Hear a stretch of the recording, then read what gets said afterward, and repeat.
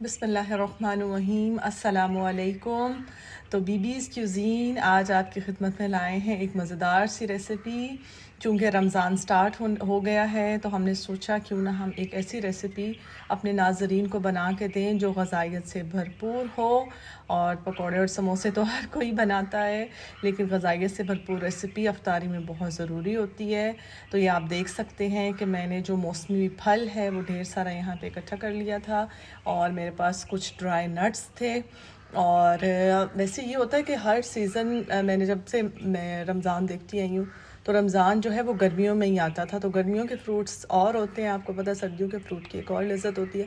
तो इस दफ़ा ना ये बड़े रमज़ान जो है एक चेंज से मौसम में आया है, अच्छे मौसम में आया है। सो इसमें फ़्रूट की वैरायटी जो है ना वो काफ़ी सारी है। सो मैंने यहाँ ढेर सारा फ्रूट ले लिया था और उस फ्रूट को बहते हुए पानी में अच्छे से वॉश कर लेना है।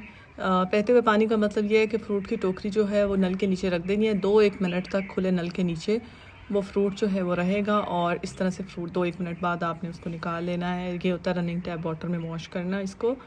सो यहाँ मैंने फ़्रूट को कट कर लिया था। अनार को निकालने का तरीका ये है, कई औरतें ग्लव्स पहन के निकालती हैं, अलबत्ता मुझे मज़ा नहीं आता। सो मैं तो इसी तरीके से ही निकालती हूँ।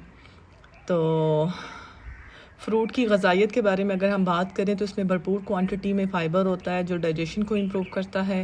विटामिन सी है इसके अंदर, और केले हम यहाँ इस्तेमाल कर रहे हैं। केले में भरपूर मिक़दार में पोटाशियम होता है जो आपकी डेली रिक्वायरमेंट को पूरा करता है। अगर हम एक केला खा लेते हैं तो जो हमारी हड्डियों को पोटाशियम चाहिए होता है ना, डेली रूटीन में जो पोटाशियम चाहिए होता है वो हमें मिल जाता है। तो यहाँ पे स्ट्रॉबेरी थी, सारा फ्रूट जो है वो मैंने अल्हम्दुलिल्लाह से कट कर लिया है। अब इसमें मैं डालूँगी कीनू को मैंने कट करके उसका रस जो है वो फ्रूट के अंदर शामिल कर लेना है। ये देखिए जी, इस तरीके से। अच्छा, वो कुछ औरतें होती हैं जो अफ्तारी के बाद जो है वो कुछ डाउन सी फील करती हैं, उनकी शुगर लो हो जाती है अफ्तारी के बाद, तो उन्हें चाहिए कि इस फ्रूट चाट की रेसिपी को लाजमी ट्राई करें, क्योंकि इसके अंदर फ्रूट्स हैं ढेर सारे, इसके अंदर नट्स भी शामिल कर रही हूँ मैं। तो नट्स आप अपनी चॉइस के ले सकते हैं, जो आपका दिल करता है आप इसके अंदर शामिल कर लें। थोड़ा सा नमक ऐड किया और कुछ मैंने चीनी इसमें ऐड करके इसको अच्छे से मिक्स कर लेना है।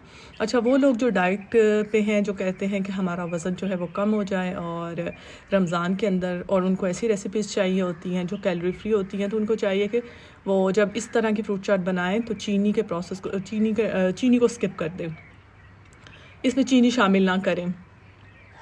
और फ्रूट चाट को तकरीबन अफ्तारी से आधा घंटा पहले बना के रख लें, ताकि जो फ्रूट की शुगर कंटेंट है वो अच्छे से फ्रूट में से बाहर आ जाए और बड़ा अच्छा एक फ्लेवर और जो है वो हमें मिलता है।